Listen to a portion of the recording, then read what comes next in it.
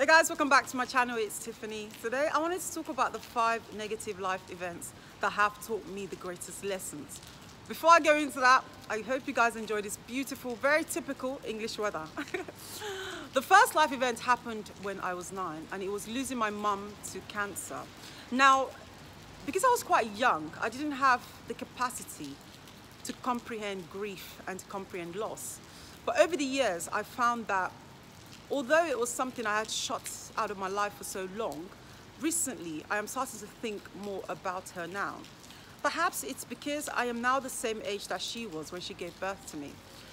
Grief, loss, they're very difficult chapters to overcome. And I've learned that you never actually move on from grief, but you can learn to move on with it. And most importantly for me, it has taught me some great lessons, especially in respective of time. Time is limited, time is always running out.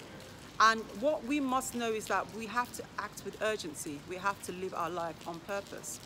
It's also taught me about gratitude. I'm grateful for every single thing, even the smallest thing in my life. The fact that I woke up this morning, the fact that I have my health, I have my sanity, it means that I still have an opportunity to do something with my life. And with that mentality, I tend to live more intensely. I think it's also given me a source of inspiration, understanding that my mum only passed away when she was only 38, so perhaps didn't have an opportunity to achieve all of her dreams. And the fact that I'm still here, I act with purpose to understand that I want to ultimately make her proud of me. I want her to one day, to look down and see what the type of woman I've become. The second life event happened when I was 11, and it was getting a scar on my leg. Now, at the time we lived in Nigeria, so on a day at school, as I was running up the brick staircase, I accidentally hit my leg against the stairs, which then caused a scar and subsequently a wound and then a scar. And in the belief that it made my legs look ugly, I actually refused to wear a skirt or dress for about 8 to 10 years after that. And it actually took a lot of convincing from my friends and family that it wasn't all bad. And even at the age, the ripe old age of 29, I wouldn't say that I'm necessarily 100% comfortable with it. However, I have learned to make peace with it. Imperfections are part of life. They do not necessarily suggest that we are any less or that we are inadequate, but rather a lens for which we can develop some vulnerability and learn to embrace ourselves despite our flaws and all. The third life event was when I worked in a pub post-graduation.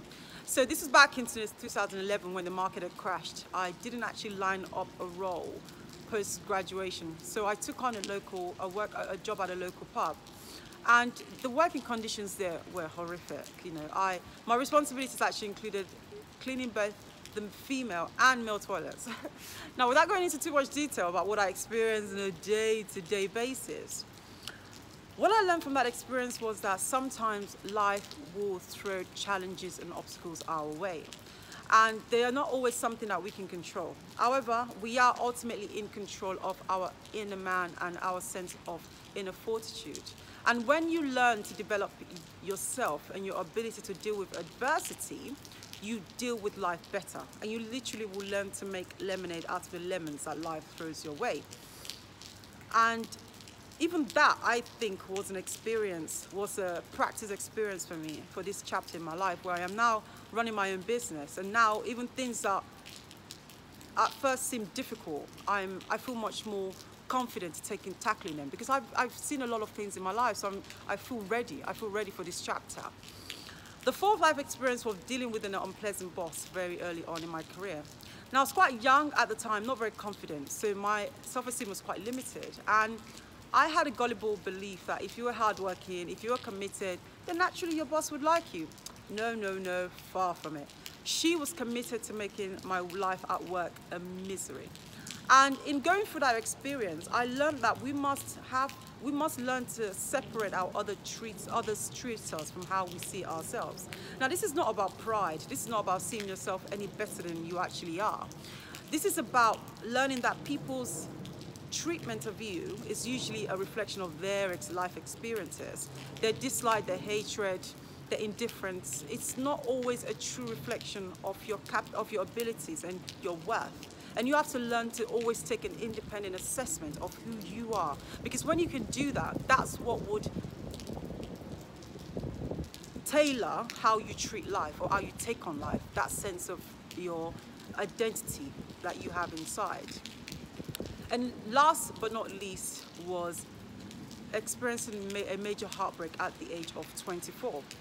Now, I had a previous infantile perspective of love as something that would save me from myself, something that would bring me the worth and value that I have missed for so long. So on meeting what I thought was a perfect man, I threw myself into that relationship. You know, I thought this is what will save me.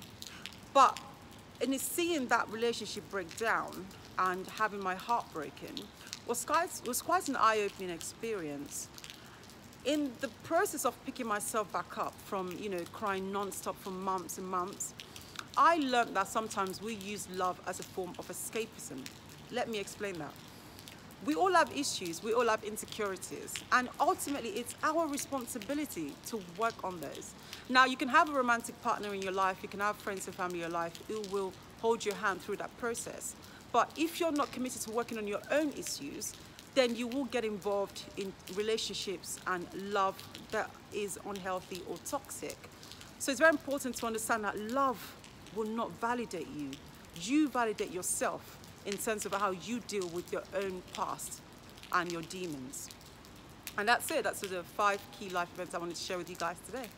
Now, for anybody out there who's going for a difficult time, I understand that when you're going through at the time, it's hard to see the woods from the trees. But I guarantee you that if you stay strong and you have a sense of inner strength, you will overcome everything you're experiencing right now.